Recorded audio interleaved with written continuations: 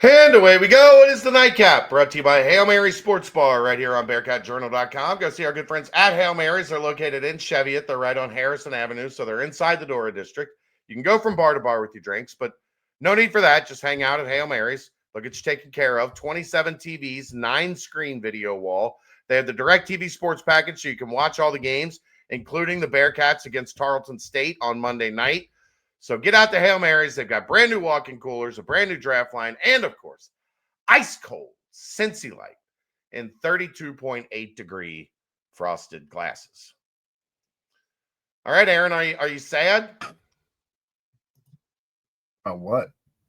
It's our final Big 12 weekly wrap-up of the season. I'm sure. We got one more with bowls and what have you. But the bowls aren't like in a week. It's not tidy. So generally, like you remember, the bowl games will just be rolled into like the basketball shows. We'll still do basketball shows. I think what do we do Sunday and Thursday? Because there's not a lot of games on Thursday. Well, we generally were doing Thursday. We were doing the 3 keys, so we're not going to really have that.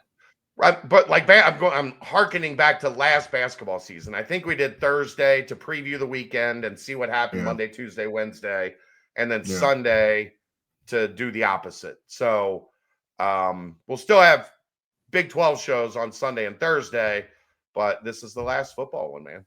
And it really I don't know what we're going to do on Wednesdays now. Well, we're going to have to come up with something.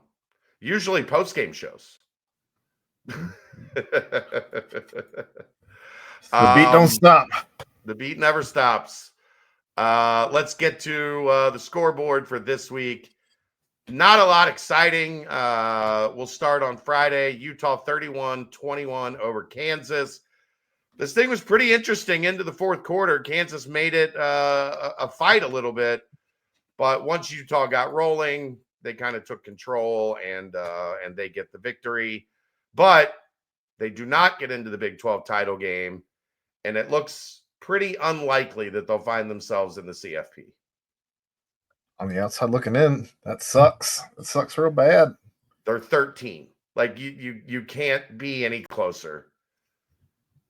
Yeah, and they're not going to get it unless there's chaos in championship week. But I doesn't seem that that's possible. Also, speaking of sucks, Jalen Daniels, not a great day in this game. 10 of 27, 187, 1 touchdown, 3 picks. Yuck. Kansas misses out on a bowl game. Their season was a mess. Leipold has to look in the mirror and wonder what went wrong all over the place this entire season. Yeah. One of the easier games of the weekend, we thought, on Wednesday, Aaron. Arizona 23-7 over Arizona State. The Jeff Sims redemption arc was fun, but he was not beating that Arizona defense the way that they have played towards the end of the season. And Aaron, this is what Cincinnati fans want, right? A team like Arizona that's surging. Maybe they had some issues early, but they're hot late as opposed to the opposite. And I mean, I would love to have seen them get a crack at Texas Tech or BYU playing like they're playing right now, because they are playing outstanding football. Yeah, complimentary football, if you will. Arizona beat Colorado, beat Kansas, and then used Cincinnati as just a launch pad for the rest of their season as they beat Cincinnati, Baylor, and Arizona State to round off the season. Fantastic job by them to cap off what could have been just a fall off of a cliff, much like we experienced ourselves. Yeah. Got to give them a lot of credit. They finished 9-3, 6-3 in the Big 12. I think they'd like any of those, a chance to redeem any of those 3 losses with the way they were playing at the end of the season. But yeah, great finish for Arizona, outstanding defense, and I thought they were a lot of fun to watch. Utah had some problems with the. Go ahead. I was just going to say, Shimon Mateer with Arizona State did announce, old friend Shimon Mateer did announce he is declaring for the NFL draft. He had a pretty good year. He did. I mean, he's got the size. If he's cleaned up some of the other, outside the line stuff, I could see him being a really good NFL tight end for a long time. We were very fond of Shaman while he was here. He just didn't handle his business all the time. Utah had problems with Kansas. You know what? Texas Tech did not have problems with West Virginia. 49-0, 21-0 in the first quarter. This was blowout city all the way. Barrett Morton, 25 of 32 for 310 and 3 touchdowns. Dickey with 79 yards rushing. Douglas with 127 and 2 through the air. Texas Tech looks great going into championship week. Texas Tech has looked great all season. They have. Outside of one game against Arizona State, they have been a monster. Your boy Scotty Fox, by the way, is still wondering not a great day. Still wondering what time kickoff is. Not a great day. But yeah, Texas Tech handled business.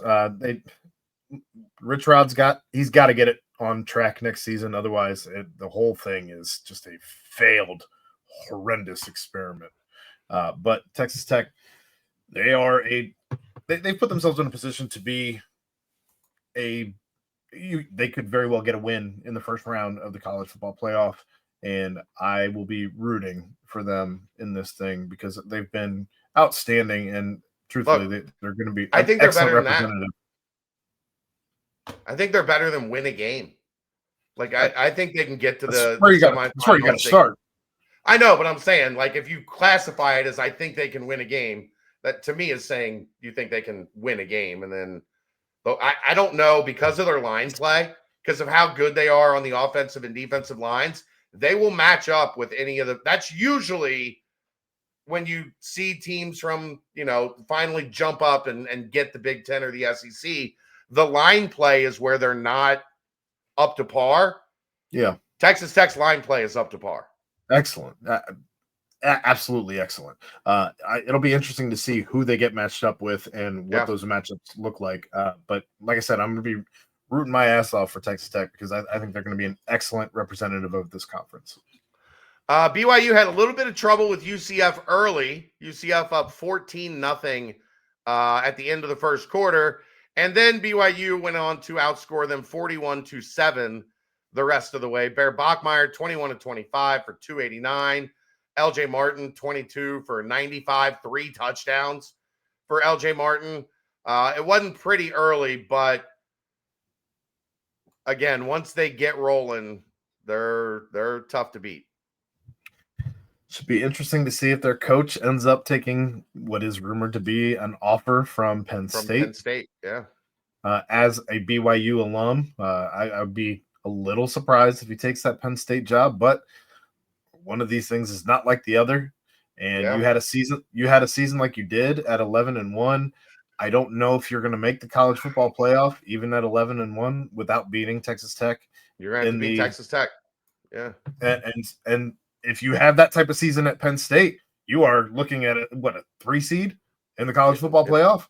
Right. If not better. One of the top 4 or 5 teams in the country.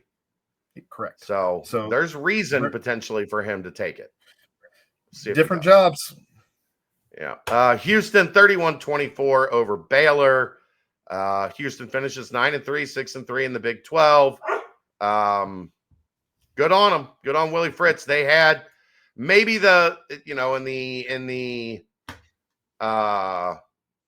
scheduling department, they were maybe as favorable as anybody. They got Baylor, they got TCU, they got UCF, West Virginia, Oklahoma State, Colorado. Like, they got almost all of the bottom teams. But they went out and got the job done, and they went 6-3, 9-3. And good job by Willie Fritz, Connor Wegman.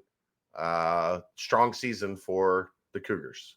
Baylor, 5-7, no bowl, and Dave Aranda's coming back.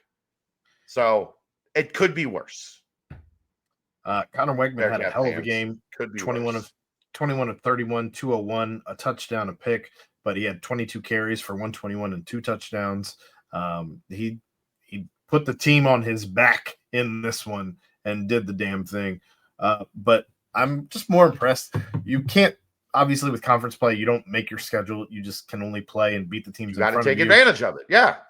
Houston did exactly that this season. And if you're a Houston fan, show up to the games next season, man, because they're giving you a product that you can root for. All 1,400 Houston fans are ecstatic with how Willie Fritz season 2 went. Does somebody come after Willie Fritz as this thing all plays out over the next? He's like, what, 68? How old is he? I mean, he turned this around in 2 years. He did. I don't know. Do you want to stay there where there's 600 people at the games when 65. you're 9-3? He is 65. That is very old. I know. I don't know, man. It'll be interesting with the way this carousel is going to go. Who knows? You know what we said 2 years ago? That's 63, man. It's pretty old. 63, it's pretty old. Houston's pretty happy with it right now, I would think. Well, we did the same thing with somebody who's at Indiana right now, and I believe he is 68. So whatever. Yeah.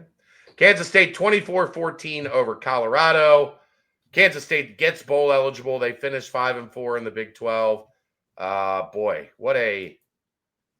for a team that was picked to win the conference, or at worst picked to be in Dallas. It was not the season that they thought, but they managed to at least get bowl eligible. Chris Kleiman, it'll be interesting to see. I don't think he's going anywhere, but I don't think the natives are super happy with Chris Kleiman right now. Avery Johnson had a terrible season, or he did have a terrible season, but he had a terrible game. 10 of 17, 115 in this one. No touchdowns. 7 carries for 36 yards. He accounts for 151 total yards. That's not great, but you get the win. That said, outside of Dion saying cryptic things at the mic, I'm surprised we have not yet heard that there's a decision to be made here. He says he's coming back. What are we doing? Yeah. I don't know. Cash rules everything around me. Cream, get the money. Dollar bills, y'all. And then finally, Iowa State also tried to make history and get Oklahoma State their first conference win since 2023, but ultimately Oklahoma State could not capitalize. Iowa State wins 20-13. They get to 8-4, 5-4 in the Big 12. So you get Iowa State and Kansas State tied with Cincinnati in the middle of the pack, and TCU. Kind of a 4-team bunch there in the middle of the pack for the Bearcats. But hey, give credit to Iowa State. This thing could have gone off the rails, and they managed to at least keep it respectable. If you're Oklahoma State, you flushed this entire season down the toilet. And the last one. So that's 2 in a row, which, Aaron, remember when this new Big 12 was put together? Everybody thought if there's one team that could maybe separate itself from the pack because of their resources and their history and their success, it could be Oklahoma State. Look, again, it could be worse. It very much could be worse. I'm very curious to see, as they were the first school to fire a coach this season. I'm How very do they not curious. have something already? Like, where's the hire? Who's going to hire? Who's going to accept a job at Oklahoma State when all these other? There's talks of Alabama potentially open up if DeBoer goes to Penn State. Yeah. This carousel is not anywhere near done. I'm very curious to see who ends up landing the job at Oklahoma State. But Aaron, the point of firing somebody in week 3 is that so when you get here, you're ready to hit the ground running. They didn't know they didn't know this is the way that this was going to go down. But that's why you do it, so that you've had 3 months to get your ducks in a row and find somebody that's ready to take the job the minute that the regular season ends. I would imagine they probably have it narrowed down. I would hope you have it narrowed down to, if it's not this guy, if this guy isn't there, then it's this guy. If it's not that guy, then it's this guy. Do you hire Mark Stoops? I wouldn't hire Mark Stoops to make a pizza. Well, Stoops coached Oklahoma. Like, he's a legend. His brother's a legend in Oklahoma. Look, man, I don't think Mark Stoops is the greatest thing since sliced bread. What he did at Kentucky is really freaking hard to do. Like, the guy's a pretty good football coach. I think he was just like, that's a terrible spot. If I was Oklahoma State, I'd call tonight. I'd love to see him go and take everyone who has these Cincinnati connections with him. But that said, I'm sure that's already gone. He's at Louisville. Well, I was at Louisville. Okay. Well, yeah, he left. He left Kentucky to go to Louisville at the beginning of this year as the director of player development. Like, he's not even a coach anymore. That's how bad he wanted out of Lexington. He was actually one of the writers that follows Kentucky tweeted out something during the game, and Vince Morrow was tweeting back at the guy with 6 minutes left in the game, standing on the sidelines, trolling. That's funny. Anywho, I'd give him a call. But yeah, yes. Oklahoma State goes backwards twice, 2 years in a row without a Big 12 win. Wow. So bowl eligible teams then this season, as it's all over, obviously Texas Tech, BYU, Utah, Houston, Arizona, Arizona State, Iowa State, Kansas State, TCU, Cincinnati, and that's where the line ends. So you've got what, 4, 8, 10 teams? Yeah, not 10. bad. Of your 16. Yeah, there you go. All right. Basketball, there's not a ton. Let me pull this up. I should have been doing that while we were talking. When did we last do that? Wednesday? Yeah. BYU beat Miami. TCU, don't look now. Some of the teams we thought were going to be pretty bad maybe aren't as bad as we thought they were going to be. TCU beats defending national champion Florida in a MTE. Colorado moves to 6-0. Oklahoma State 7-0. So again, some of those teams that were supposed to be at the bottom are creeping up. BYU beats Dayton on Friday. Colorado beats Washington to move to 7-0. TCU does it again, beats a good team in Wisconsin at their MTE. And then that's about it. Bunch of bye games. Yeah. Looking ahead. Nothing. Yep. UConn, Kansas on Tuesday, 9:00. Utah and Cal, 10:00 on Tuesday. And then Crosstown Shootout on Friday, and Notre Dame, TCU as well. So look ahead. Yep. We will see you tomorrow night as the aftermath is live once the Bearcats are done with Tarleton State and I get home from the press conference. Aaron, I'm going to bed. That's the Nightcap, brought to you by Hail Mary Sports Bar, right here on BearcatJournal.com. See ya!